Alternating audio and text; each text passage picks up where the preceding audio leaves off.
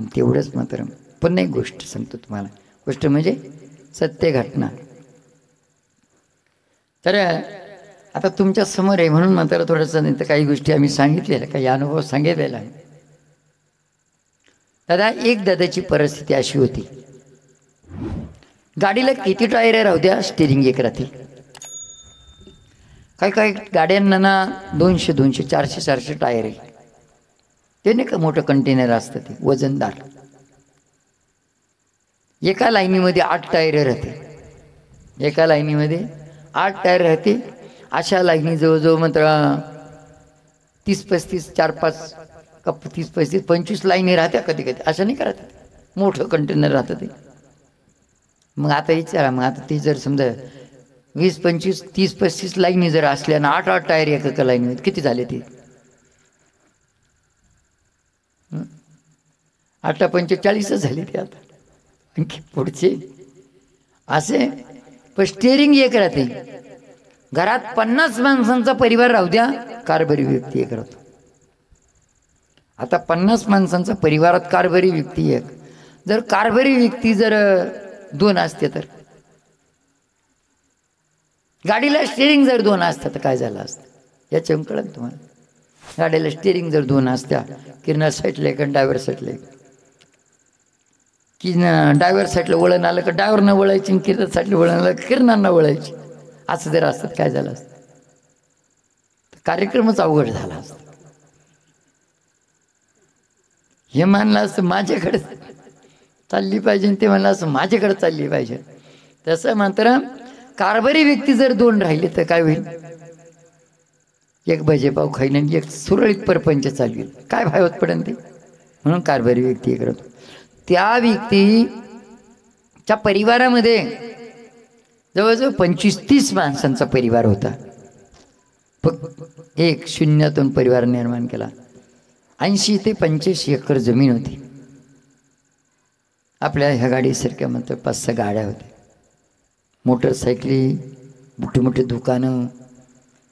आणि मोटरसायकली ज्या होते ना, फक्त तिथं काम करणाऱ्यांना, दुकानदाराला, शेतावरती काम करणाऱ्याला, तो माणूस कधी गाडीच्या म्हणजे मोटरसायकलीवरती फिरला नाही, ह्याच गाडीमध्ये फिरायचं. एक दिवस नंतर त्यांच्या गावातलं परिवारातलं लग्न दुसऱ्या गावी गेलं. परिवारातलं लग्न दुसऱ्या गावी, ते बी लग्न लांब जाणार होतं म्हणून लक्झरी बस होते त्याला. आता तुम्हाला माहिती, मधात मध आहे ना, तोपर्यंत माशात येतात. आपल्याकडे आहे म्हणून लोक आपल्याला विचारते, नाही तर आपल्याकडे त्याचं कोणी आपल्याला विचारणार नाही. प्रतिष्ठित माणसांना पहिलं आमंत्रण असतं, म्हणून प्रतिष्ठित माणसं, त्यांना आमंत्रण दिलं. तर त्यांना आमंत्रण दिलं तर ते म्हणले यांच्या गाडी जायपेक्षा आपलीच गाडी घेऊ ना. 2-4 सीट आपलीच गाडी टाकली तिने ना, आपलीच गाडी घेऊन गेले. आपली गाडी घेऊन गेले, तिला लग्न लागलं. आता लग्नामध्ये म्हणतेच चांगल्या माणसाला, चला उठा, गात पाय धुवून घ्या, उपर टोपी टाकून. आता त्या माणसाला मंडपमधून उठवलं. तो माणूस हातपाय धुवून मळवट भरून आणि उपर टोपी टाकून आणि मंडपमध्ये येऊन बसला. नवरी वाटे लावायची होती त्या टायमाला त्यांचेच लग्न कार्यवाला माणूस म्हणला, कायमच्याच गाडीत फिरतो, आज चला आमच्याबरोबर. असं म्हणल्यावर त्या माणसाने ती गाडी दुसरीकडे दिली. ती गाडी दुसरीकडे दिली आणि त्या लक्झरी बसच्या तोंडात तो बसला ड्रायव्हरजवळ. दैवयोग असा झाला की ती गाडी पलटी झाली. ती गाडी पलटी झाली तर ती गाडी पलटी झाल्यानंतर त्याला झाले 24.5 वर्ष. 24.5 वर्ष. 24.5 वर्षाच्या कालावधीमध्ये भिकारी बनवून टाकले. तर 5-6 गाड्या गेल्या, मोटरसायकल गेल्या, 80-85 एकर जमीन गेली, दुकानं गेली. दुःखाच्या पायी मात्र घर बंगला पण विकून टाकला, दुसऱ्याच्या घरात बिरड टाकलं. दादा, एक गोष्ट तुम्हाला सांगणार आहे, माणसाने गरिबीतून श्रीमंतीत यावा, पण श्रीमंतीतून गरिबीत नाही वर. खूप लाजूरवाणी होतं, कारण की श्रीमंतीत असताना लय उग्र बोललेलं होतं, लय अपमान. हीच गोष्ट मात्र त्यांच्याकडे जे काम करायला येणार आहे ना, आज परिस्थिती अशी झाली तर काम करणार व्यक्तीकडे मात्र पोटासाठी भाकर मागते. परिवार, डोक्याला तेल, अंगाला साबण, पायात चप्पल नाही, अंगावरती कपडा नाही, साबणीची गोष्ट जाऊ द्या, वाघिणीचं दूध कमी होतं फक्त तिथं, भिकाऱ्यावानी बनवून टाकलं. ह्यावेळेस 24.5 वर्षानंतर कोणीतरी नंतर सांगितलं नाही तर यूट्यूबला कार्यक्रम पाहिले, स्वामी शरद महाराज शिवटिकडी म्हणून, ते कार्यक्रम पाहिले. मग नंतर शोध घेत आले. इथं पाहिलं तुम्ही, त्या दिवशी एक ताई आल्या होत्या इथे. कुठल्या होत्या त्या ताई? सातारा, सोलापूर साताऱ्यावरून मात्र यूट्यूबचे कार्यक्रम पाहिले, अनुभव पाहिले. त्या ताई मात्र कुंदलगावला उतरल्या आणि कुंदलगावून पायी शिवटिकडीवर आल्या. तिकडून मात्र सांगितलं सोमेश्वर बाबा इकडे, ते कुणाकडे तरी भरूस फाट्याला उतरलं, मुकड फाट्याला उतरल्या आणि मुखेडला आल्या इकडं, तिकडून त्या पायी इकडं इथं आल्या. रात्री मग ते पुण्याची माणसं येईल होते आपलं फक्त म्हणजे त्यांच्या गाडीमध्ये. रात्रीच म्हणे बाबांची भेट झाली, आता जाते म्हणे. रात्री निघायला पण बरं झालं, दैवयोग बाबाजींनी त्यांना गाडी पाठवून दिली. डायरेक्ट यांच्या याच्यापर्यंत शिरूरला गेल्यात इथून. म्हणजे सांगायचं कशा पद्धतीनं तिने पाहिलं आणि आले आपल्याकडं. म्हटले महाराज जीव जाता जाईन, हे दुःख पावन, त्या दुःखाच्या प्रसंगात मात्र काहीच नाही.